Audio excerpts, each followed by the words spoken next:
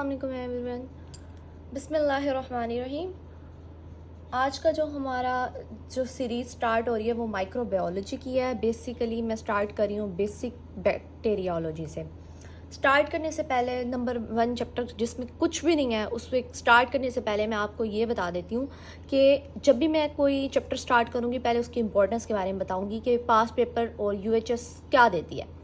इसको सिर्फ आपने रीड करना है इस चैप्टर को। इसमें से एमसीक्यूज़ भी आ सकते हैं और एससीक्यूज़ हैं 1-2, वो भी आ सकते हैं, पास पेपर में आए हुए हैं। ठीक है, तो उसी तरीके से हम इस चैप्टर को लेकर चलेंगे।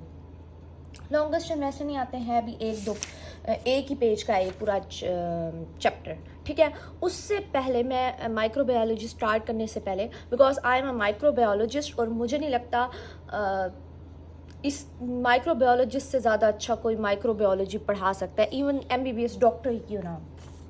ठीक है, अब हम स्टार्ट कर रहे हैं कि भाई सबसे पहले तो हम इस पेज पे आते हैं जिसको आप लोगों को कीड़े मकोड़े लग रहा होगा।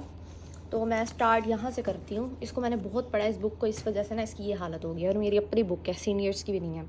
ठीक है, सबसे पहले बेसिक बैक्टीरियोलॉजी के ना सुन लो होता क्या। हमारे पास जो यूएचएस के एससीक्यूज़ आते हैं ना तकरीबन बैक्टीरियोलॉजी से आते हैं 9। मतलब बेसिक पोर्शन हमारा जो माइक्रो का है ना वो 9 एमसीक्यूज़। अगर किसी ने पास करना है ना माइक्रोबायोलॉजी, वो बैक्टीरियोलॉजी को मेन फोकस करे, फिर पैरासाइटोलॉजी जी को, तो उसको ना अगर वो ये 2 पार्ट भी अच्छे तरीके से कर लेता है वो पास हो जाता है। अच्छा, सबसे पहले बेसिक बैक्टीरियोलॉजी में हम क्या करेंगे, चैप्टर नंबर 1 पढ़ेंगे, चैप्टर नंबर 2 जो कि बहुत इंपॉर्टेंट है, वेरी इंपॉर्टेंट, लिखते जाएं आप लोग। उसके बाद ग्रोथ करेंगे, उसके बाद जेनेटिक्स भी वेरी इंपॉर्टेंट है लेकिन छोटा चैप्टर है बहुत। चैप्टर नंबर 2 मेन है, जो इसको ये समझ आ गया उसको सब कुछ समझ आ गया, जिसको मतलब कमाल है ये चैप्टर, और ये मैंने बहुत डिटेल में पढ़ाया हुआ ताकि आगे क्लिनिकल बैक्टीरियोलॉजी आपकी आसान हो जाए। सारी बेसिक इसी में। उसके बाद चैप्टर नंबर 5 है जो कि 1 पेज का है, वो क्लिनिकल बैक्टीरियोलॉजी से ही रिलेटेड है। अच्छा, उसके बाद चैप्टर नंबर 6 कर रहे हैं नॉर्मल फ्लोरा से। हमारे पास ना ऐसे समझो बस जो चैप्टर इम्पोर्टेंट है ना पहले वो लिख लो। चैप्टर नंबर 2 बहुत इंपॉर्टेंट है, चैप्टर नंबर 4 जेनेटिक्स बहुत इंपॉर्टेंट है। उसके बाद हमारे पास पैथोजेनेसिस वाला chapter number 7, oh my God it is very difficult and also very important. Chapter number 9 भी बेसिक, चैप्टर नंबर 9, 10, 11, 12 आगे 12 तक, 9 से लेकर 12 तक ना मैंने लास्ट चैप्टर्स ऑफ बैक्टीरियोलॉजी के नाम से मैं आपको अपलोड करके दूंगी वीडियो, और उसी में ही बताऊंगी कि क्या क्या करना है। मतलब इसमें स्पेसिफिक चीज़ें हैं। बच्चे चैप्टर नंबर 10 और 11 ऐसे छोड़ देते हैं, मगर इसमें से 1-2 एमसीक्यूज़ हैं वो मैं बता दूंगी, उससे ज़्यादा नहीं आता। उसके बाद चैप्टर नंबर 13, ये बहुत मुश्किल है, स्टेरिलाइजेशन और डिसइंफेक्शन वाला, और बहुत इंपॉर्टेंट है और बच्चे छोड़ जाते हैं। इसमें से कुछ मतलब ऐसे समझ लें डेफिनेशंस है जो आती हैं as a SCQs, as a MCQs. अब आप दोबारा से, अब मैं स्टार्ट कर रही हूँ माइक्रोबायोलॉजी ताकि आपके लिए ना इजी हो जाए। सबसे पहले हम माइक्रो में ना पोर्शन बनाते हैं। पोर्शन क्या होता है, एक है बैक्टीरिया का, then parasite, then fungi and then viruses.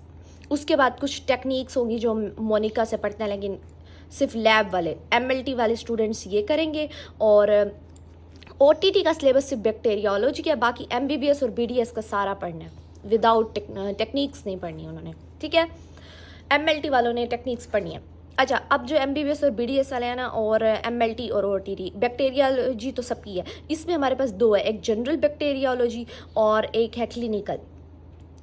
General bacteriology के ना मैं आपको 3 से 4 चैप्टर कराने के बाद ही क्लिनिकल पे लेके जाऊंगी, उसकी रीज़न मैं बताऊंगी आगे।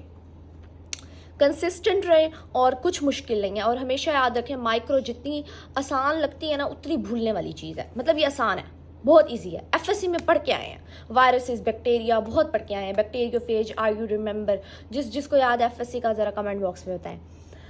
उसके बाद अब बैक्टीरियोलॉजी स्टार्ट करें हैं, जनरल बैक्टीरिया स्टार्ट करें हैं नंबर 1 पे, और मैं आपको इसी से ही रिलेटेड चैप्टर नंबर 1 आपको यहीं से ही स्टार्ट कराऊंगी।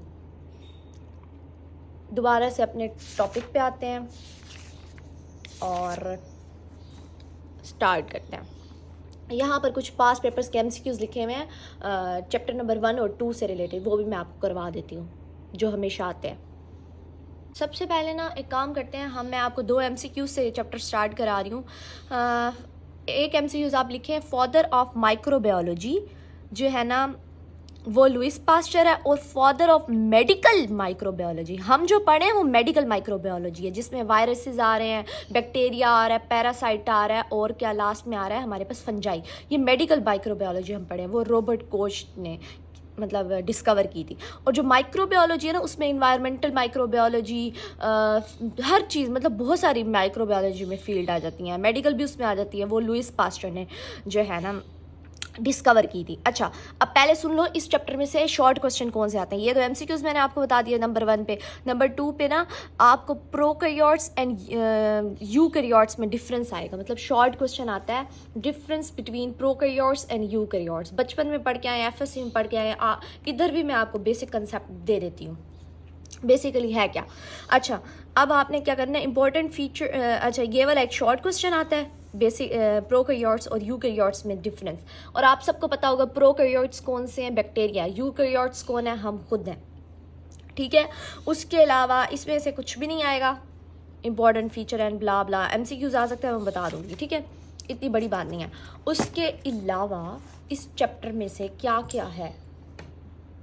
अच्छा, 1 मिनट, जूम आउट अच्छा हो जाए कोई, मैं देती हूँ जूम। अच्छा 1 मिनट, फोकस है या नहीं, हाँ। अच्छा, अब पहले बच्चे क्या करते हैं, इस चैप्टर को उठाते हैं और उनको दिल चाहता है माइक्रो उठा के फेंके। लिटरली मैं तुम लोगों को परेशान इसलिए नहीं करना चाह रही। सुन लो पहले होना क्या, ये वाली टेबल करनी है, मगर ये करनी कब है, माइक्रोबायोलॉजी याद कब करनी है। पढ़ा तो मैं दूंगी, जब पूरी माइक्रोबायोलॉजी ख़त्म हो जाएगी ना, bacteriology, virology, parasitology and mycology ये ख़त्म हो जाएगी ना, तब हम इस टेबल को उठाएंगे। देखो इसमें ना पूरी माइक्रो है, फुल माइक्रो इसके अंदर है, मैंने यहाँ लिखा भी हुआ है full micro in this table. बहुत इंपॉर्टेंट है, और इसमें बहुत सारे शॉर्ट क्वेश्चन भी हैं। बट ये जब आप पूरी जब देखो बैक्टीरिया पूरा पढ़ लिया, वायरस पूरा पढ़ लिया, आपको खुद ही प्रॉपर्टीज़ उसकी आ जाएंगी। लेकिन यहाँ पर मैं साथ साथ समझाती जाऊँगी ताकि कंसेप्ट आपका बिल्डअप हो जाए। याद आप एंड में करना माइक्रो के, जब पेपर नज़दीक आ जाएगा ना तभी याद करना, ठीक है। मजाक कर रही हूँ, उससे पहले थोड़ा सा अर्सा पहले। उसके बाद ये पास्ट पेपर में आई हुई है, ये बहुत इंपॉर्टेंट है। Characteristics of bacterial cell and eukaryotic human cell, मतलब प्रोकैरियोट्स का डिफरेंस और यूकैरियोट का डिफरेंस। यार ये शॉर्ट क्वेश्चन है, यही शॉर्ट क्वेश्चन है UHS का, इस चैप्टर में से ये शॉर्ट क्वेश्चन आता है। ऊपर वाले से MCQs आ सकते हैं। उसके बाद क्या है, उसके बाद कुछ भी नहीं रहता, मैं आपको सिर्फ बता देती हूँ। और 1-2 MCQs हैं वो भी स्टार्ट अगर चाहोगे तो वो एंड में MCQs भी करा दूंगी जो पास पेपर से आए हुए हैं, ठीक है। तो परेशान बिल्कुल ही नहीं है, स्टे कंसिस्टेंट प्लीज़।